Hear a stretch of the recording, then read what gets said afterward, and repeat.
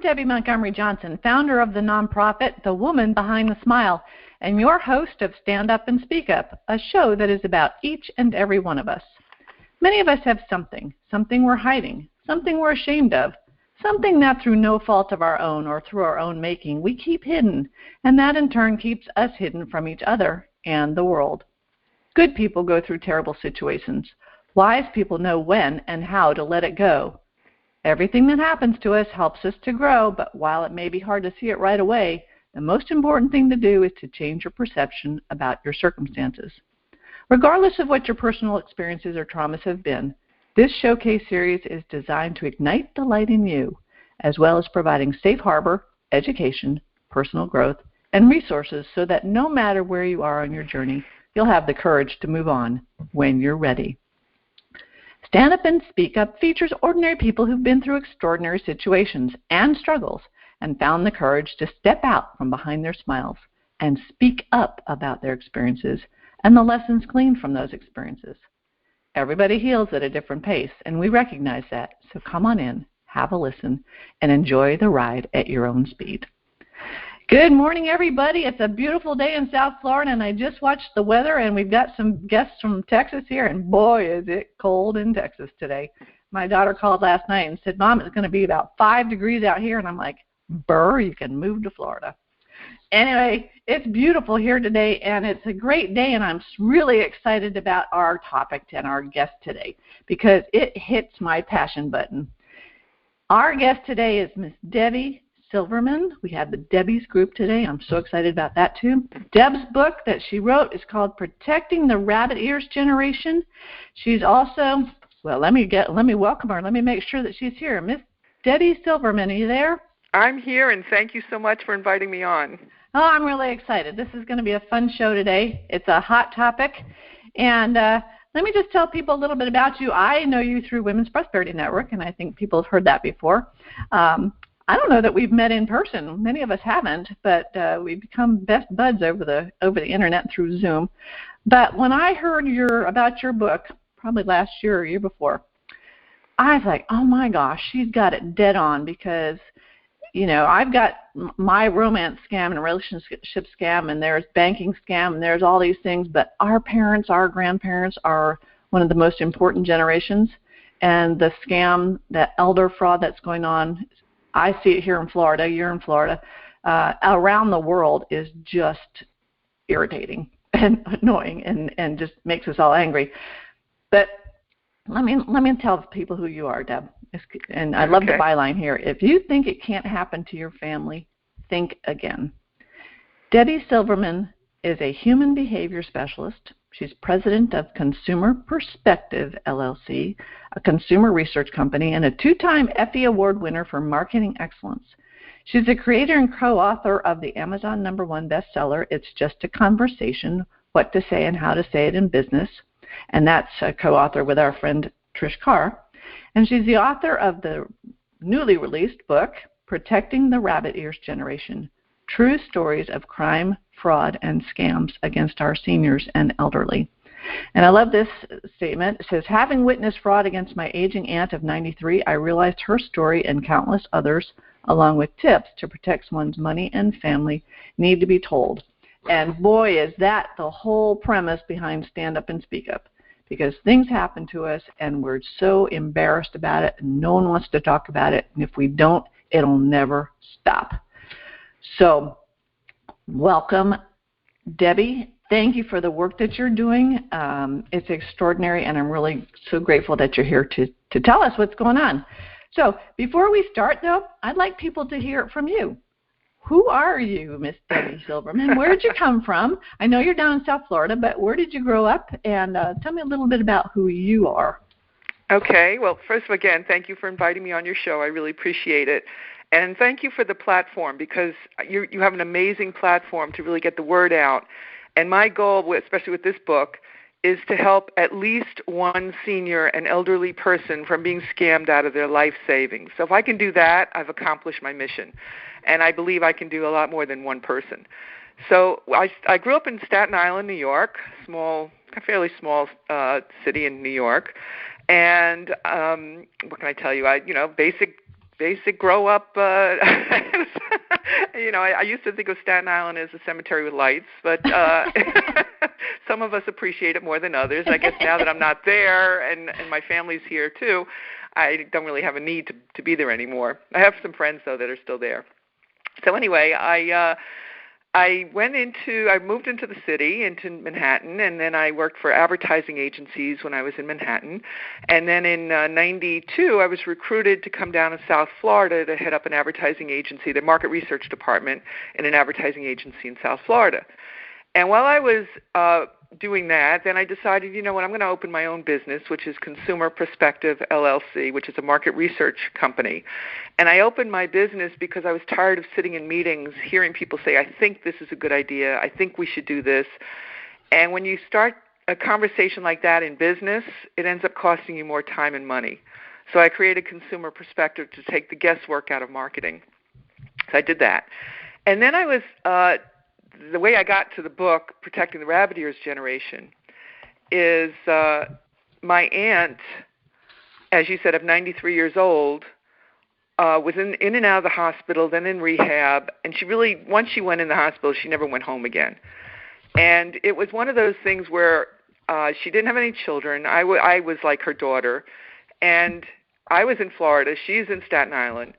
And it just got to be a bit much. You know, it was like, well, I have to take care of the finances. I have to take care of paying the bills and so on and helping her out. And I was the POA on the account. And one time when she was in the hospital, we called the bank to see what the balance was so to make sure that we could pay all the bills. And she was very aware, very smart lady. I mean, she did her research. She did it the old-fashioned way, Debbie. She would go to the library and look things up when people still did that and had a library card and so on. She didn't go online. She didn't know what it was to go online. She didn't have any mechanism to go online. She had an old TV with rabbit ears, okay? And when I say rabbit ears, those are the antenna that stick up from the TV. If people we don't had know one. Yeah, well, I did too, actually, for a while. So it's before all these smart TVs came around, you know. And so we were in the hospital looking, calling the bank, making sure she had the right amount, and we checked with her checking account, and yes, she had the right amount, so we were writing the bills and so on. And then I went to the bank one day, and I was looking at a statement. And since she made me POA on it, I was able to get access to her checking account statement. And on the statement, it said, online transfer. And I'm like, what? How is that possible? And I went and I said to the bank, I said, I don't understand this. Did she call and say, please move the funds from here to there? He said, no. Your aunt made an online transfer. I said, wait a minute, hold on a second. I said, she's 93 years old. She's in the hospital. She does not have access to a computer. She doesn't have access to a smartphone. She doesn't have a cell phone or an iPad or anything else. I said, she doesn't even have a microwave, okay? I said, how is this possible? Well, that's what she did. So, you know, she got sicker, and we didn't, a good friend of mine and I, who were helping her out in the hospital, and my mom too, we said we weren't going to tell her what was going on because we didn't want to really kill her at that point. You know, it was like that would be it. And so we took it upon ourselves to do what we could to find out what was going on. And I found out that there was an online transfer. And the online transfer went from her savings to her checking account. And what happened was when she checked her checking, the amount seemed right, but she never looked at her savings account. And if, for your listeners, if you have two accounts with the same bank, and one happens to be a savings account and one happens to be a checking account, please, please, please, please, please look at both accounts on a regular basis. Because what was happening was the guy who was doing the stealing, who happened to live upstairs from her apartment, managed somehow to get a hold of her information and was moving funds from her savings account to her checking account. So she never knew that there was something wrong because she always looked at the checking account and that looked right. So that's the first tip I have for your listeners is please check both accounts very carefully and on a regular basis. When I say regular basis, if you can do it weekly, great. If you can't, do it once a month, at least when your statements are ready. Because I also learned you have 30 plus 5 days to make a claim. So if you find a discrepancy in your account or accounts, you have 30 plus 5 days to make that claim. If you go past that 30 plus 5 days, which I learned, they're not responsible. The bank is not responsible. And they say, well, that's your fault.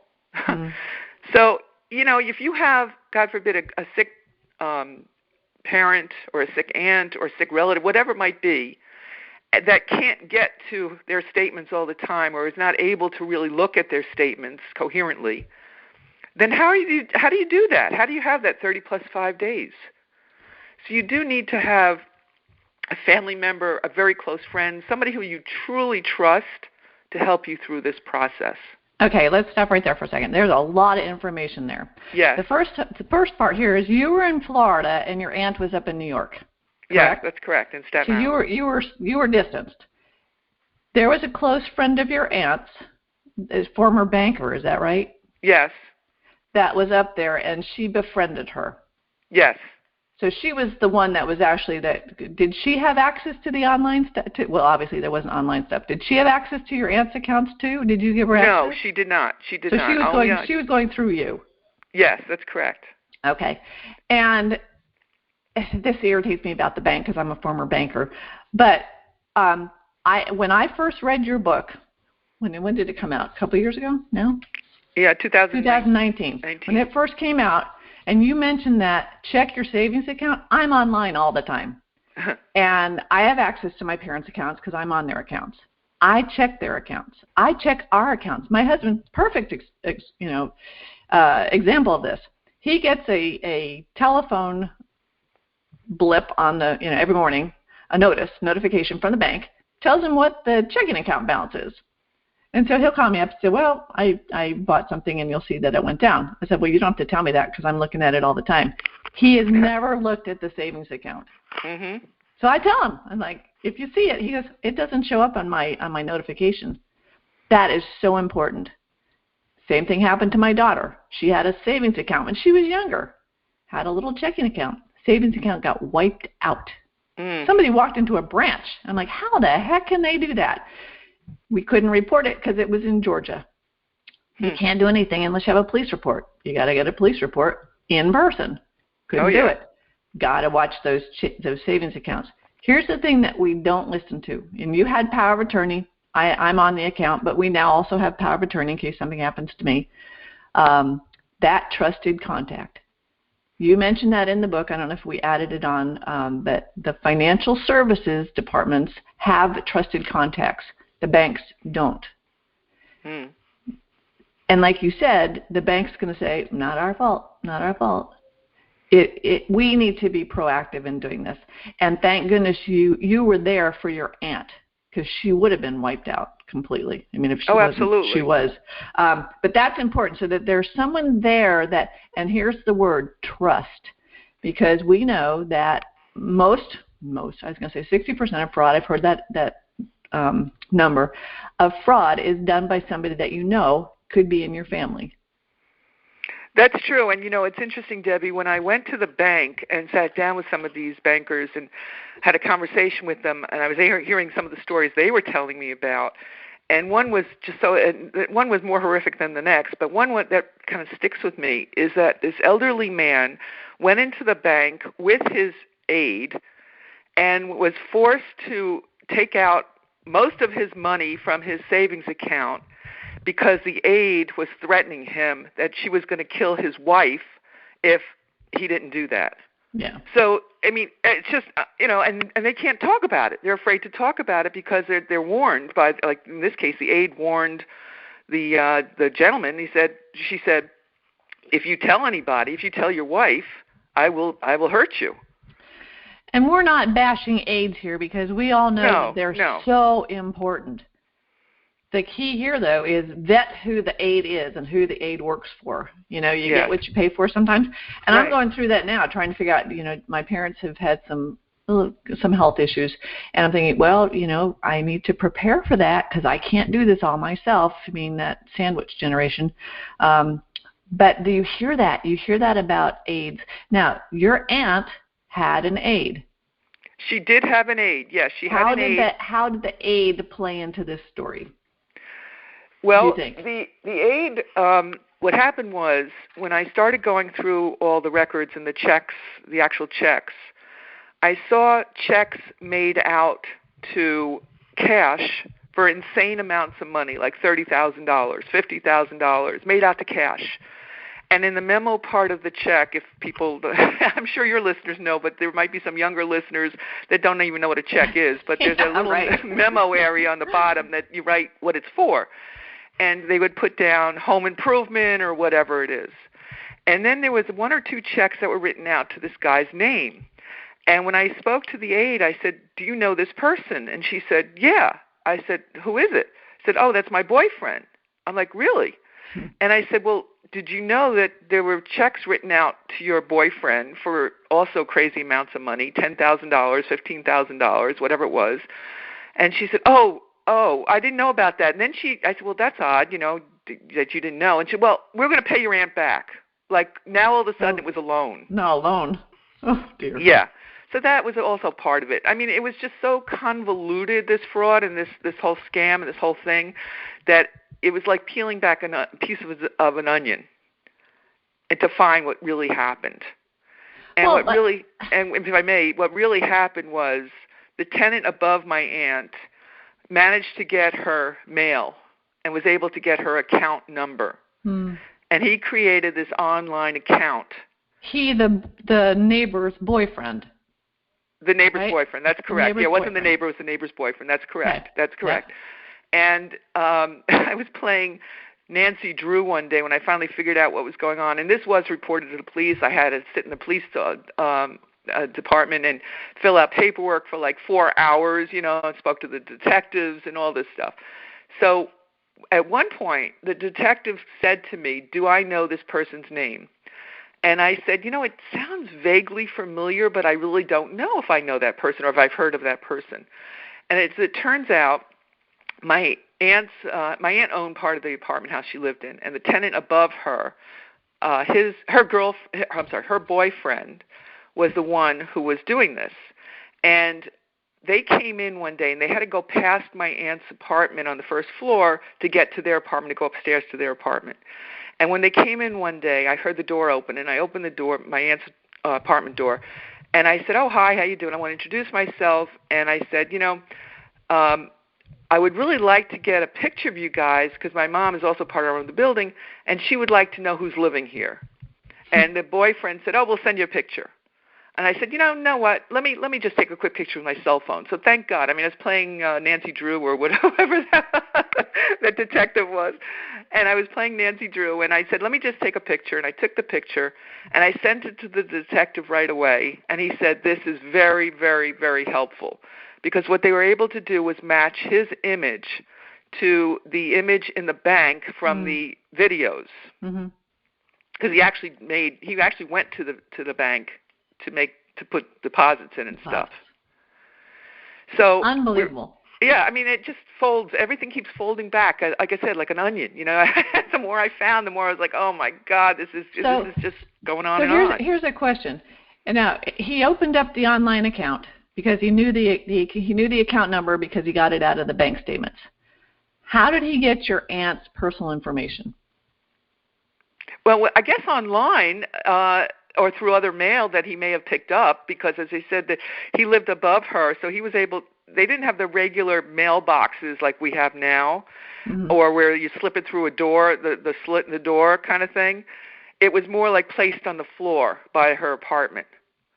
So he was able to get access to a lot of different things. So it's very creative in it, and he was in kind of cahoots with the aide. Is that right? Do I have that? Yes, because the aide, we believe, what happened was stole the checks from my aunt. And my aunt remembers, my aunt was pretty much deaf, and she slept with the light on every night. And she couldn't remember if this was a dream or if this really happened. And she saw like a shadow in her room. And she said, it's odd because when I woke up, the light was off. So it was the aide in her apartment, in her bedroom, rummaging through everything to find the checks and stole the checks. Well, and here's another idea, because I know this has happened with my parents. If you look in their wallets, their Social Security card could be there. Their Medicare card, which used to have their Social Security numbers on there, is in there. Their driver's license, their birth dates. There is so much personal information in our parents and in our own wallets, that a true con man, a scammer, has access to that easily, especially in your aunt's capacity of having that aide there. The aide had all that information in front of her. That's true. That's a very good point, and that very well may have happened. Absolutely. Yeah. So here's, I tell my mom and dad, don't put your Social Security card in your wallets. I know you need to have it. So my mom has little notes everywhere. Bless her heart. Yeah. She's going to listen to this show, and I'm going to say, come on, get it out of there. Give it to me, So that's. Well, here's another suggestion, Deb. Here's another suggestion. And this is something that not everybody's going to want to do because it feels like it takes over your privacy. Invasive. Yes, it's invasive. But what I would suggest is if you're going to have aides in the house, I would suggest you put cameras in specific areas where money's kept or where checks are kept or wherever it might be, just to protect that person. Or if there's jewelry in the room, whatever it is, you need to have some surveillance. And the person that you trust needs to have that access. Yeah. Very, very good. Because it's too easy. It's too easy. And so many times, we're down here in Florida, but the grandmothers are down here and just reverse of you. The aunts up in New York, you're down here. Right. The aunts down here, you're up in New York. And so many of our elderly, and particularly down here, are on their own. They're in assisted living. They're in homes, and they have aides come in. They're alone. And they really, it's like my scammer. They become family. And you want that. You want the aide to become like family, but they've got to remember that they work for you. They're not family. Yes.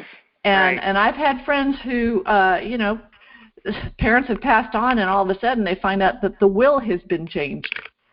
Or, money's been left to the aide, and they're like, how did this happen?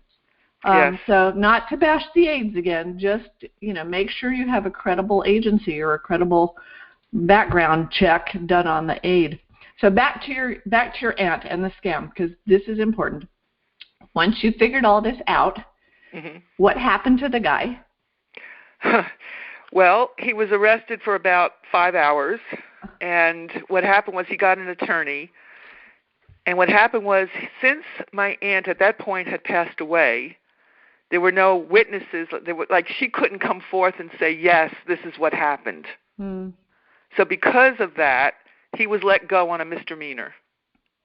And he had robbed from her about, I want to say it was about $130,000. Oh, my gosh. Yes. Now, because we were able to identify him and everything else, and he was arrested, the detective was able to find a bank account with a certain amount of money in it. So I would say we got back about 80% from what he stole, and then the bank gave us piddles. They just gave us something just so you go away? Yes, to make us go away, and that's another whole issue. So he did some time, and then obviously he escaped. His time was about 5 hours, Debbie. Oh, jeez. And the tenant... it was a slap on the wrist, basically. How about the aide? Oh, the aide, that was it. She disappeared. Couldn't do anything with the aide. Oh, wow. Wow, okay. I just want to go, I know. You want to scream and strangle somebody, but it can't work that way. You do, and the problem is it happens all the time. And I'm so glad you're speaking up, because I can see your aunt up there just going, go, Debbie. Just tell them what happened. And so let's move on. I'm thankful for your aunt. I'm sorry this happened. I'm really grateful that she didn't know that it was happening. Yeah. And that happens a lot, folks. People don't know what's happening to them. And I have a girlfriend down here, her stepfather, she's been in the same situation where, he keeps giving stuff away, and she gets so angry. And not at him, but you do take your frustrations out on them sometimes. Just be careful, because they don't know sometimes. They're just trying to be kind. They want to be nice. Maybe your aunt did give some money to her aide because they're together all the time, but not checks written out to cash for $30,000. And I would fault the bank for cashing those. That's when I contacted when I was in the bank, and I said, how could this happen? How could these checks for cash at these large amounts? Nobody made a phone call to my aunt to find out what was going on. No, nobody said anything. Yeah. They said, well, she didn't have the right account. I'm like, what? I don't understand that. What do you mean she didn't have the right account? Well, she didn't have, what was it, like the top level account with the most protection and that kind of thing. The private bankers. Yeah. Yes. But still, and as a banker, anything over $10,000, you got to report it anyway. And we never had, well, maybe the big banks had it. I worked for World Savings. It was a smaller bank. We didn't have that kind of cash sitting around. We'd have to order it. So there'd be a timeline. But there's a lot of repercussions with that much cash going out, because now, that's money laundering and all sorts of fun things. Yes. Anyway, well, thanks for Aunt B and what happened. So we're going to move on because this is important. Aunt B wasn't your grandmother, but we have grandmothers. Tell me about the grandmother scam. Well, the grandmother scam is something that it's so prevalent.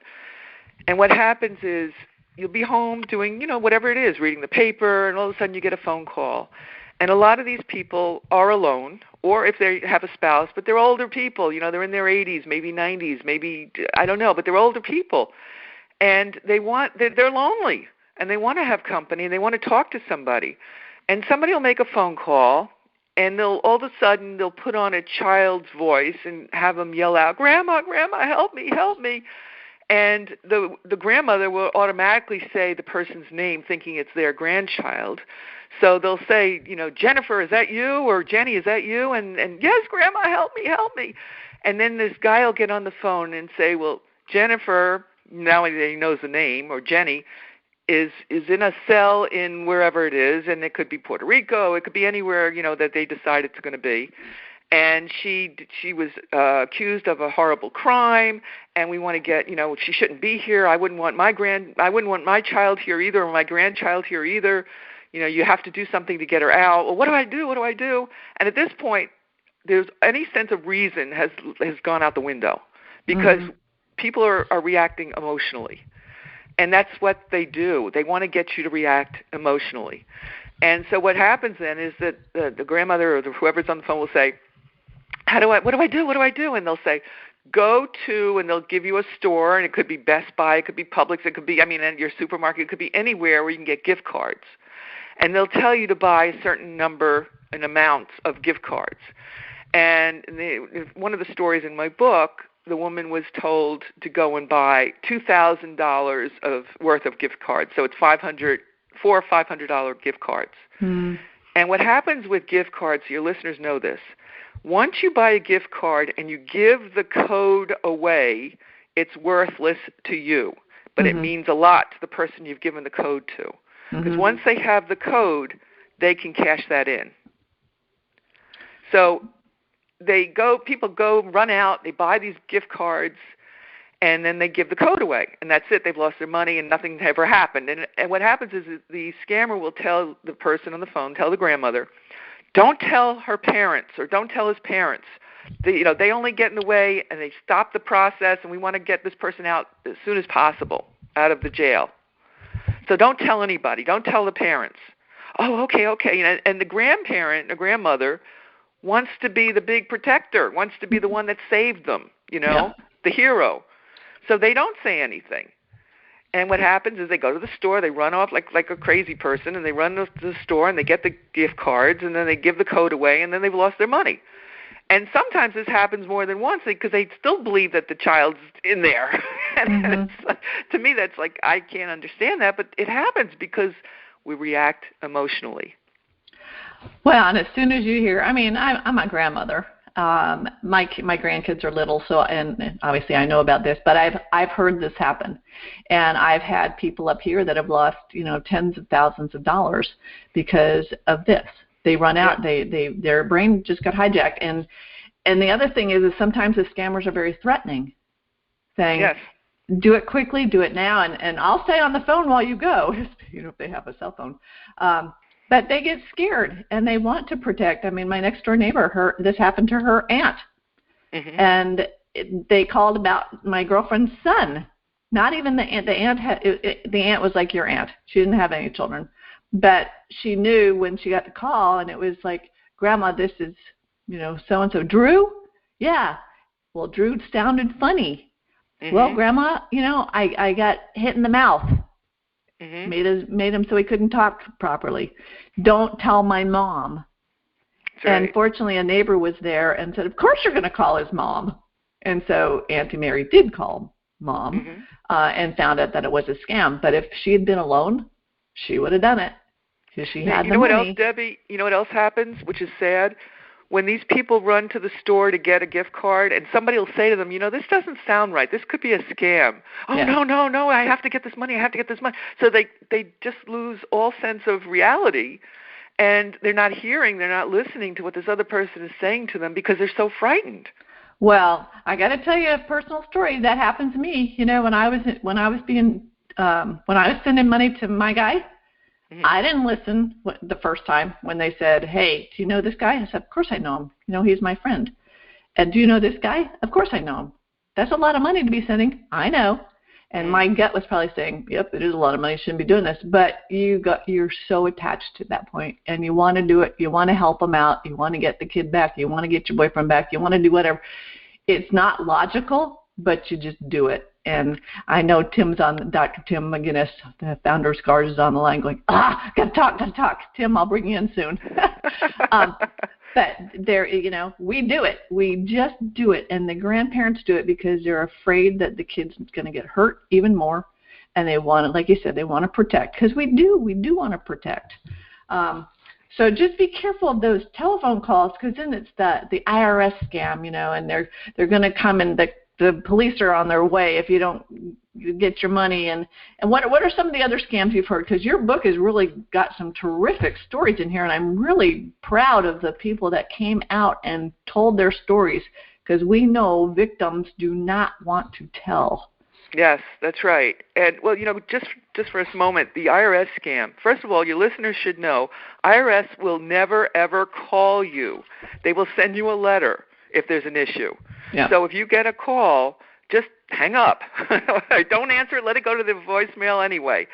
And there are other scams. Now, you had mentioned before about people wanting to help. There's a charity scam. I'm not saying all charities. I'm just saying you have to be aware and know what's going on. And in my book, there's a story about a woman who was giving to this church who she thought was up on the up and up, and everything was fine. And it was a scam. All they were doing was taking her money. That's all they were doing. And then they would threaten her when she didn't give the same amount she gave last year, or she gave less, or whatever it was. So they were threatening her. I mean, these things are just unbelievable. And there's a jewelry scam. There's a scam in my book about how this woman who had a ring, a diamond ring, was about $75,000 ring, and she wanted to have it appraised because she needed money for some medical issues. And she gave her ring to a friend who said, I know this jeweler, and she supposedly was a friend. And the jeweler, and what they did was, instead of, she said, I just wanted appraised, right? All I wanted is appraised. The fact that she did not sign anything, or the fact that she gave it to a trusted, quote, trusted friend, and what happened was they took the ring, the jeweler sold it, and then wanted to give the woman who owned the ring like $1,000. Said, we sold it and here's the money. It's like, what are you talking about? All I wanted was appraised. I didn't want it sold. I wanted it appraised. And so that's a whole other thing with the police, and she's getting involved with the police and so on. And it's like you have to be so aware of what you're doing and who you're dealing with. Yeah. And even if a friend recommends the jeweler, you have to be very careful. You take pictures of the jewelry. You make sure that when you get to the jeweler, you take it personally to the jeweler. You sit with that person. Go to a reputable jeweler if you want it appraised. Do not just give it off like that and say, I'm sure it'll be fine. Well, that's true. I had a jeweler once, and he said, Deb, you've got to stay here. You're going to sit here while I'm doing this to your ring. because sometimes they can actually take the stone out and replace it with glass or, cubic. That's right. Whatever. And you won't know it because you're not a trained person. And I know we've had some jewelry experts online on our show, and we do not have a trained eye. And so, some cubic looks just like my nice diamond. So yeah, don't trust people with your jewelry. And there's another story in your book about the woman was at the grocery store. Do you remember that story? Oh yes. Can you tell that one? Very close friend.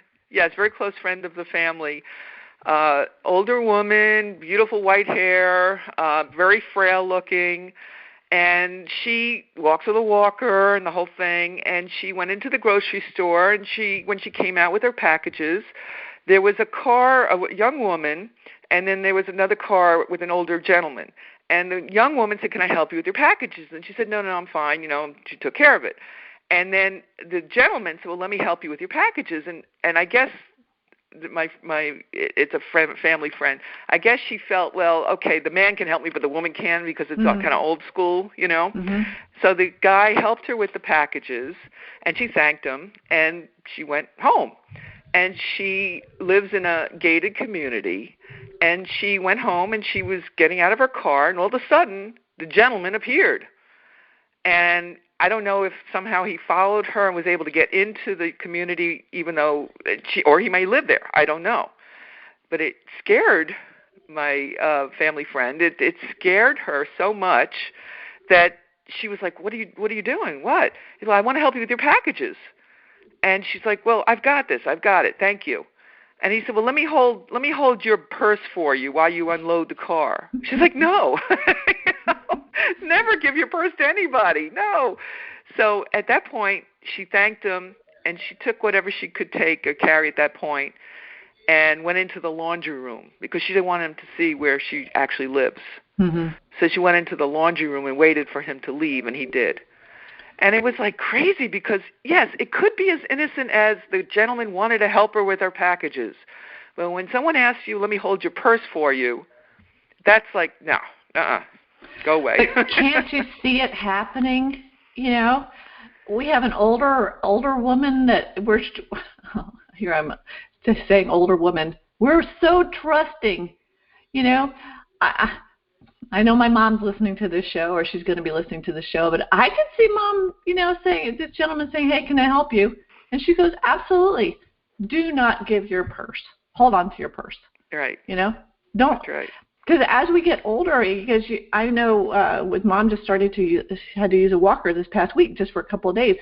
You don't have enough hands. She's trying to hold a bottle of water and push the walker and hold a towel to go to the pool or whatever we were doing. You don't have enough unless your walker is one of those fabulous ones that has a cup holder and a purse holder and all that kind of thing. The generic ones don't have that. Yeah, so you're looking. It's very nice that someone will ask you to, can they help you? Yeah. And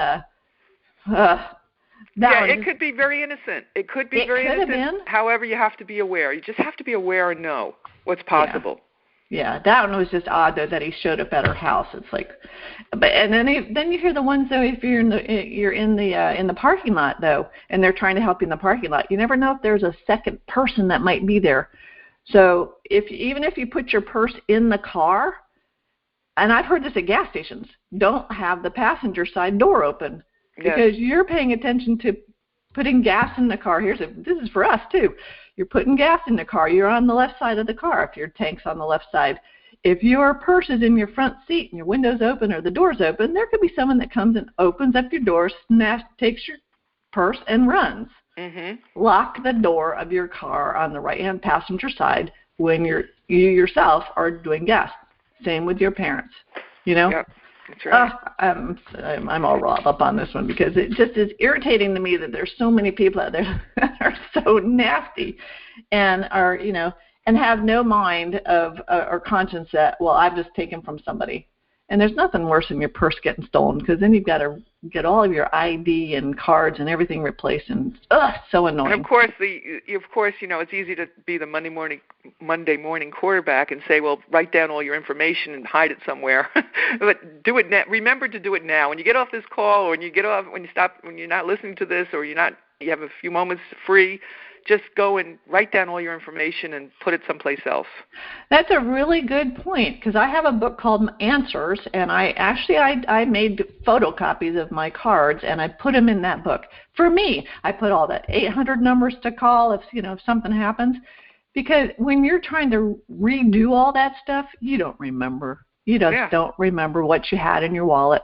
And so my mother-in-law had her wallet stolen years and years ago, and as soon as that happened, that when we replaced it all, I did that for her. But I did it for me, because if something happens to us, it'd be nice for our kids to come in and say, oh, okay, so I need to contact this credit card, this bank, this whatever, and it's all right there. All the numbers are right there. Now, don't let your aide know that you have it there. You're right. Because I have heard of people, they had all this stuff written down, and then a boyfriend or something in the house just came and wiped them out and skipped country. So it happens. Just beware and be aware is what we really want to say here. Deb, how can people get a hold of your book?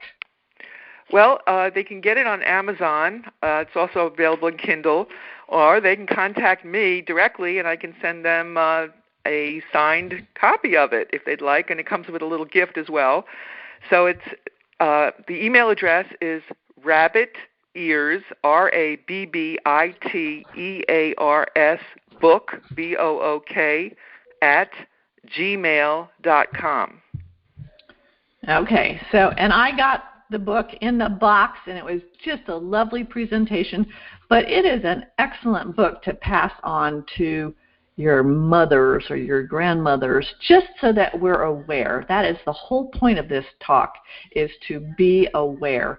Because there's nothing more annoying than to have someone scam you, for something that this shouldn't have happened. Your aunt should not have been taken like this. No. And if I may, there's just one other scam that's probably going to happen now or soon, and that's the Publishers Clearinghouse scam. Oh, our parents love that. Yeah. What's that one? That one is someone will call you and tell you that you won the Publishers Clearinghouse, and that in order to collect your winnings, you have to pay the taxes. Mm. And they will never do that. As you know by the TV commercials, they will show up at your house if you won. Mm. Okay, so be careful there. I heard one yesterday about a young friend of mine, because we were talking about teenagers that are being scammed. It's the opposite end of the age group. And she was going to sell a piece of jewelry. I think it was an engagement ring, and she didn't get married to that guy. And the person that wanted to buy it says, I will send you the check. It's going to be for more money, so then I need for you to send some back to me. Oh, yeah. Don't ever do that. Yeah. Because they've stolen that check, and then you're on the hook for that. So if it sounds like it's not right, guys, just don't do it. And so that's kind of a good segue, because I know Tim has just really wanted to come into this conversation. Dr. Tim McGinnis, the founder of SCARS, the Society of Citizens Against Relationship Scams. Tim, this is right up our alley, and I know you want to jump in. Before you do anything, let people know how folks in our organization can get the book from the SCARS store. Right. So if you go to shop.againstscams.org, we do have the book featured, as well as Debbie's book, as well as other principals in our organization, such as Alina Usolin. So let's go back to the early subject on accounts. One of the things that most people are not aware of is that you can set up an online banking account simply by having a copy of the statement if the account online has not been set up yet.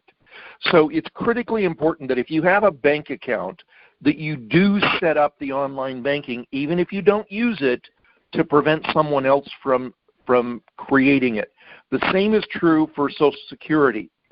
If you don't have your online Social Security account set up yet, do it. Get help from a family member or friend, because this helps prevent the takeover of your account. Now, relative to the scammer that you dealt with, Debbie, what you forgot to do was turn him into the IRS for tax evasion. He may have done no time for the bunco charge, but he can do 25 years for tax evasion. Okay. Ooh. And it Is doesn't matter. there a statute of limitations? Not on tax evasion.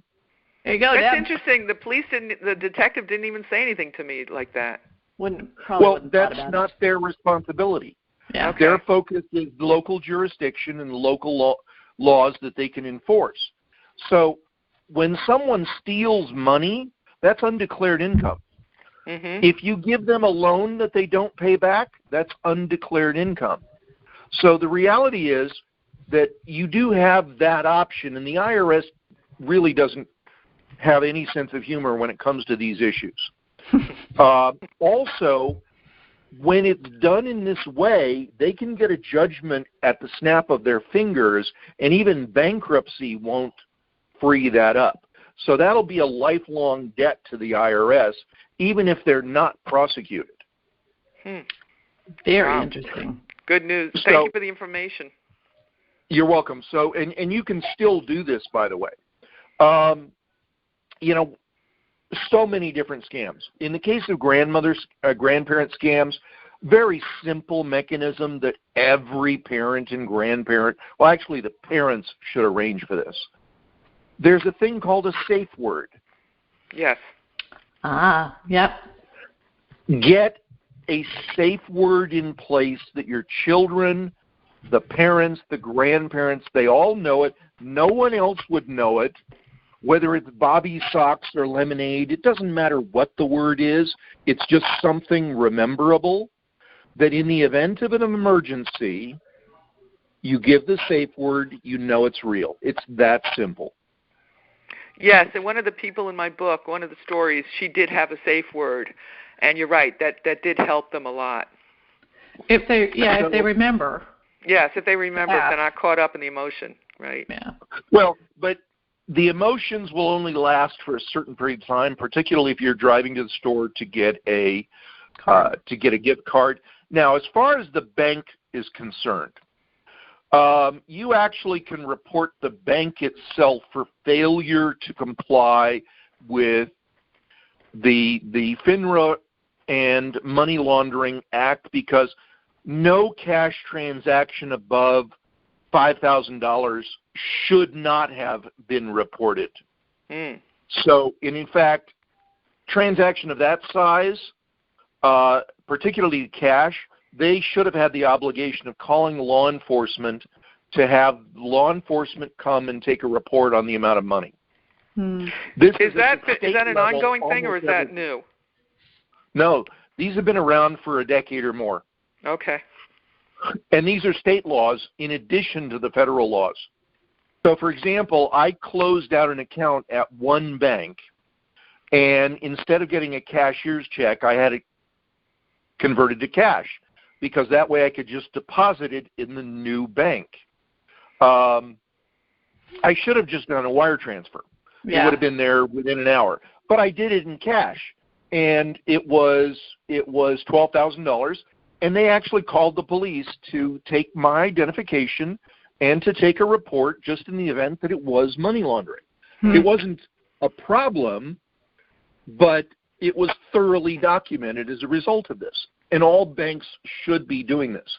We actually have financial institutions on our board of directors and our advisory board, and this is one of the areas that we're working aggressively to change national policy on, is to get banks to stop hiding and to play a more proactive role. Your supermarket, when you go and buy the gift cards, they're actively advising people about the probability of scams and how to know and not know, etc.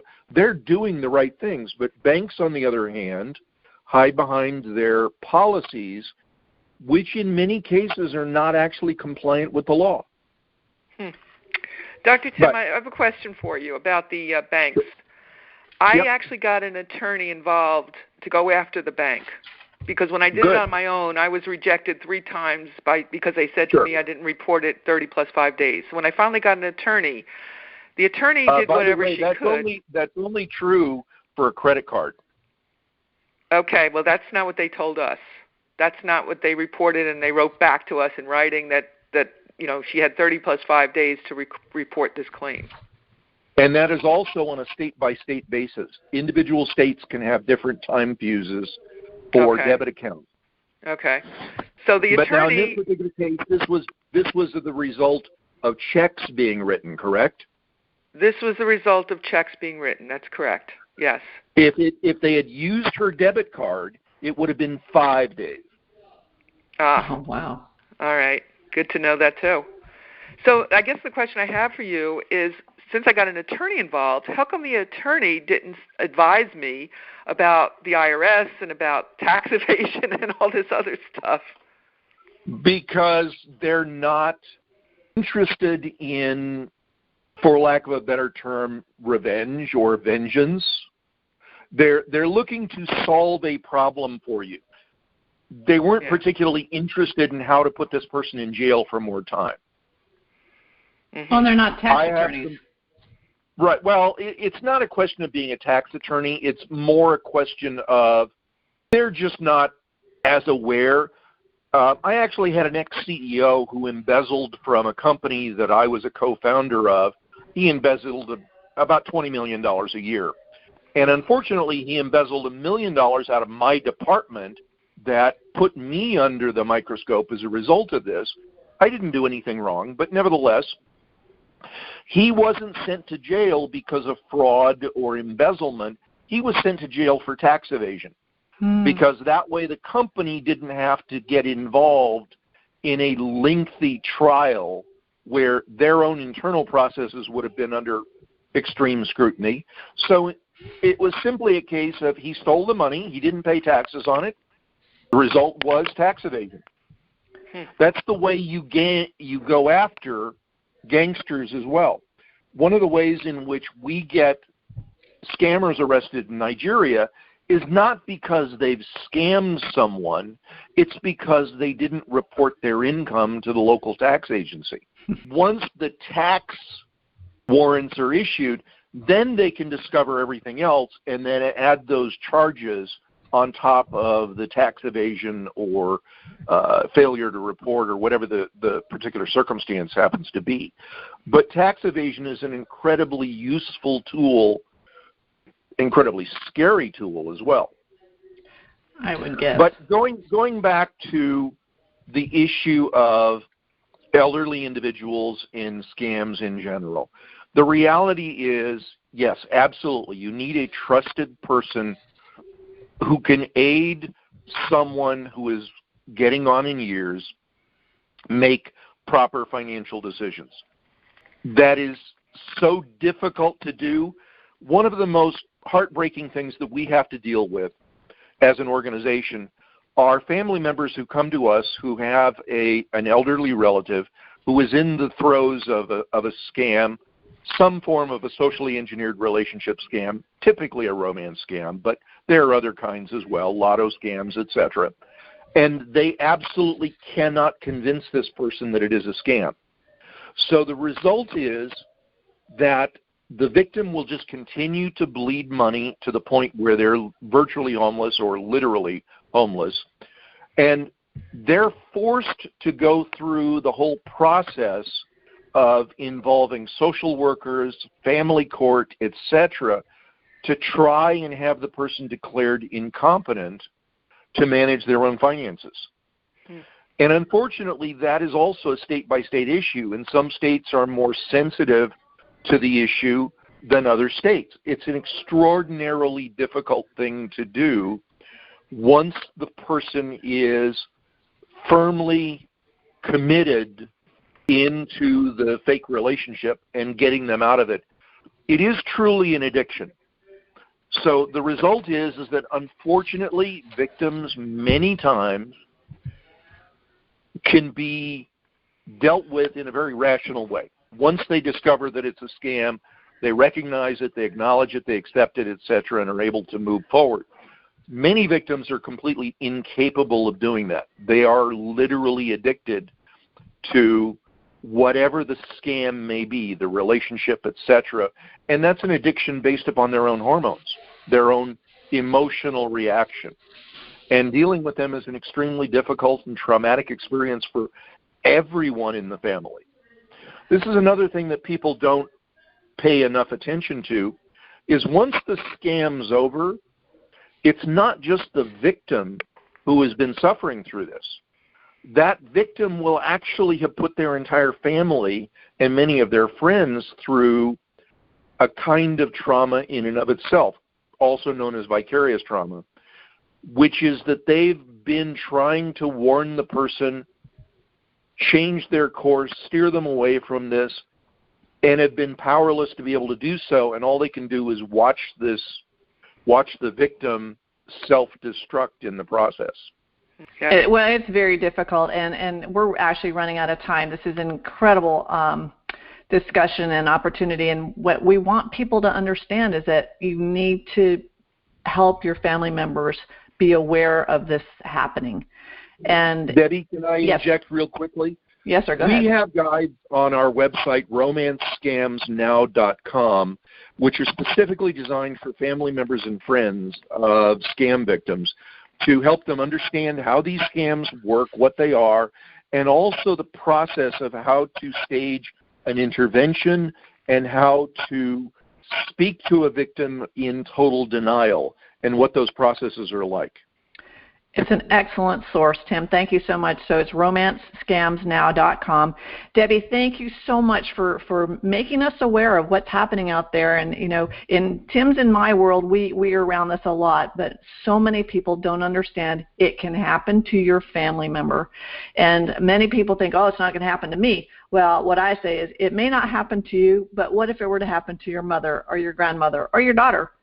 And that, I think, makes people realize that it's out there. It's happening on a minute-by-minute, and what Tim say, twice a minute. It's happening all the time. And the victims are not going to speak up because they're ashamed, they're afraid, they're vulnerable, and they just don't want to appear stupid, which they are not. Do not do the victim blame, folks. Please do not. Be there to encourage them and to support them. So, Debbie, last word to our audience? Just be aware. Just be aware, and just remember that it's okay. You know, we all want to protect our families, but be smart about it. If it doesn't feel right, as you said earlier, if it's not feel right in your gut, it's not going to be right. There you go. Thank you so much. And her book is Protecting the Rabbit Ears Generation. Every person over 40 ought to be reading this, because you may not know what the rabbit ears are, but it's your grandparents and your parents, and before you know it, we're going to be at that age. And I'm glad my kids, know what's going on here, because it's around us every day. So thank you so much. Thank you, Dr. Tim, for being here. Thank you to our audience for being here. Stand Up and Speak Up is for you. We are dedicated to encouraging you to remove that mask of embarrassment and to being your best self. And if you are a victim of a scam or cybercrime, or you're a family member, please visit againstscams.org for assistance and guidance about options in recovery. SCARS, which is the Society of Citizens Against Relationship Scams, is an incorporated nonprofit crime victims assistance organization based in Miami, and we are here to support scam victims worldwide. If you can support us with a small donation, go to againstscams.org, and there'll be some information there. But this episode has been sponsored by BenfoComplete.com, a vitamin supplement company that supports happy and healthy hands and feet for those of you with neuropathy. If you or anyone you know struggles with the pins and needles or numbness in your hands and feet, check out our benfotiamine products at BenfoComplete.com and use the special code STANDUP for a 5% discount on your purchase. I want to thank everybody today for being here on Stand Up and Speak Up. I'm Debbie Montgomery Johnson, the founder of The Woman Behind the Smile. I have some great information on thewomanbehindthesmile.com. We were just on oxygen.com the other day on Dr. Tim and I were with Colonel Brian Denny and Kathy Waters, and we had an excellent interview about manipulation, and it's on our website. The replay is on thewomanbehindthesmile.com, as well as easypray.com with Chris Parker was a podcast that taught in Channel 13 up in Maine about money mules. There's so much information out there, and we've got to get it out to the world. So again, thanks, Deb, for protecting the rabbit ears generation, Dr. Tim, and our audience. I appreciate you all being here. Look forward to you being with us next week. Go out there, be healthy, be safe, and have a wonderful day today, folks. Thanks so much for being with us.